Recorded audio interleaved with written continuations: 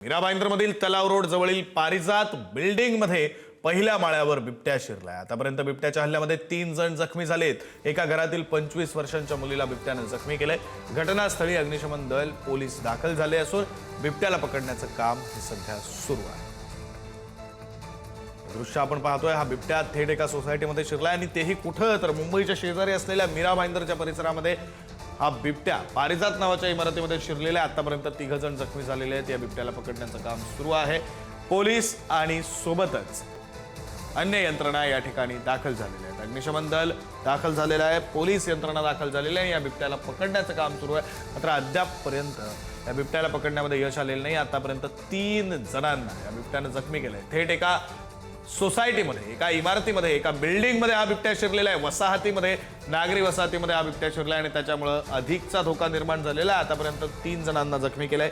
एका घरामध्ये हा बिबट्या शिरला, तिथे 25 वर्षांची एक मुलगी एकटी होती आणि तिच्यावर आधी हा बिबट्याने हल्ला केला। ती मुलगी जखमी झाली। अन्य दोघांना सुद्धा बिबट्याने त्यानंतर जखमी केलंय आणि हा बिबट्या पारिजात बिल्डिंगमध्ये शिरलेला आहे। त्यामुळे भीतीचं वातावरण पसरलंय। स्वाभाविकपणे राहत्या वस्तीमध्ये, लोकवस्तीमध्ये हा बिबट्या शिरल्यामुळे भीती अधिकची आहे आणि त्यामुळे चिंता आता वाढत चाललेली आहे। पोलीस आणि अग्निशमन दल या ठिकाणी पोहोचलेले आहेत। मात्र अद्यापपर्यंत बिबट्याला पकडण्यात यश आलेलं नाहीये। बिबट्याला पकडण्याचे प्रयत्न हे सध्या सुरू आहेत। आपण ही वेगवेगळी दृश्य पाहतोय। या सोसायटीच्या आवारामध्ये, या बिल्डिंगच्या आवारामध्ये फिरतानाची बिबट्याचे दृश्य आहेत। पायऱ्यांवर उभा असलेला बिबट्या हा आपण पहिल्या दृश्यांमध्ये पाहतोय। तर या बिल्डिंगमध्ये, सोसायटीमध्ये फिरत असताना त्याची ही दृश्य आपण पुढारी न्यूजच्या टीव्ही स्क्रीनवर पाहतोय।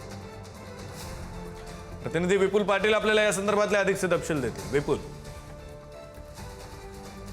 विचारता सकाळी 8च्या सुमारास हा बिबट्याच्या परिसरात इमारतीमध्ये शिरलेला आहे। त्यामुळे मीरा भाईंदर परिसरामध्ये एकच खळबळ माजलेली आहे। त्यामुळे या ठिकाणी घटनास्थळी मीरा भाईंदर पोलीस असतील, अग्निशमन दल असेल आणि वन खात्याचे कर्मचारी असतील या ठिकाणी पोहोचलेले आहेत आणि त्याला रेस्क्यू करण्याचं काम आता सुरू झालेलं आहे। विक्रांत, बरं, आतापर्यंत हे काम नेमकं कुठवर पोहोचलंय? साधारण किती वेळ लागू शकतो? या संदर्भातला काही तपशील येतोय का हाती?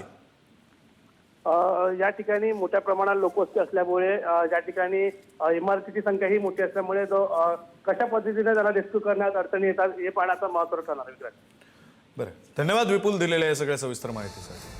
हे 2 दृश्य आपण आताच्या क्षणाला पुढारी न्यूजच्या टीव्ही स्क्रीनवर पाहतोय। पहिल्या दृश्यांमध्ये आपण पाहू शकतो हा बिबट्या ज्यावेळी इमारतीच्या परिसरामध्ये, अर्थात खाली कंपाऊंडमध्ये वगैरे फिरत होता त्यावेळची दृश्य आहेत। आणि दुसरी दृश्य आहेत बिबट्या इमारतीमध्ये शिरल्यानंतरची।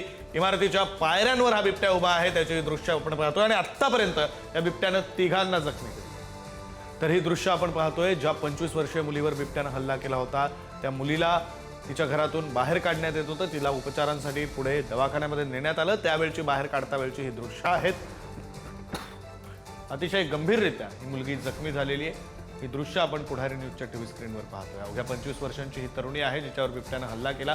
आतापर्यंत 3 जणांवर या बिबट्यानं हल्ला केलेला आहे। राहत्या वस्तीमध्ये, लोकवस्तीमध्ये हा बिबट्या शिरलाय। त्यामुळे भीती अधिकची आहे, धोका अधिकचा, आणि त्यामुळे नागरिकांमध्ये आत्ताच्या क्षणाला असलेली भीती सुद्धा अधिकची आहे। बरं, हे सगळं कुठं होतंय? आतापर्यंत राज्यभरातून वेगवेगळ्या ठिकाणाहून बातम्या येत होत्या। आता हे मुंबईच्या वेशीवर येऊन पोहोचलेलं आहे। याआधी नवी मुंबईमध्ये बिबट्या आढळला होता। आता मुंबईचं दुसरं टोक असलेल्या दहिसरच्या शेजारी असलेल्या मीरा भाईंदरमध्ये सुद्धा बिबट्या आढळला आणि तोही थेट एका इमारतीमध्ये, एका बिल्डिंगमध्ये, लोकवस्तीमध्ये। त्यामुळे आता भीती अधिकची आहे, दहशत अधिकची आहे, धोका मोठा आहे आणि त्यामुळे या बिबट्याला लवकरात लवकर पकडणं, जेरबंद करणं, रेस्क्यू करणं गरजेचं आहे। आणि त्यासाठी म्हणून पोलीस, वन विभागाची टीम, सोबतच अग्निशमन दलाची टीम या ठिकाणी पोहोचलेली आहे। मात्र आणखी किती वेळ लागेल या संदर्भात काहीही अपडेट देता येत नाही। त्याचं कारण असं आहे की हा सगळा लोकवस्तीचा परिसर आहे। कोणतीही ऍक्शन घेताना, कोणतीही कृती करताना 10 वेळा विचार करावा लागेल, कारण एक चुकीची कृती आणि आतापर्यंत 3 जणांवर हल्ला केलेला हा बिबट्या अन्य काही जणांवर सुद्धा हल्ला करू शकतो। त्यामुळे अत्यंत विचारपूर्वक, अत्यंत संयमानं यंत्रणांकडून सुद्धा काम होणं गरजेचं आहे। आणि त्यामुळे नेमका किती वेळ लागेल हे सांगणं कठीण आहे, हे सांगणं शक्य नाही। मात्र तरीही या बिबट्याला लवकरात लवकर पकडण्यात यावं हे गरजेचं आहे। आपण ही 2 दृश्य आताच्या क्षणाला पुढारी न्यूजच्या टीव्ही स्क्रीनवर पाहतोय।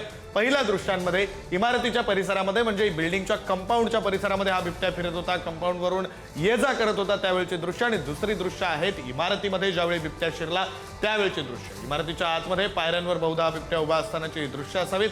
तर या बिबट्याने आतापर्यंत 3 जणांना जखमी केलेला आहे आणि अजूनही या बिबट्याला पकडण्यामध्ये यश आलेलं नाहीये। त्या संदर्भातले प्रयत्न युद्ध पातळीवर सुरू आहेत।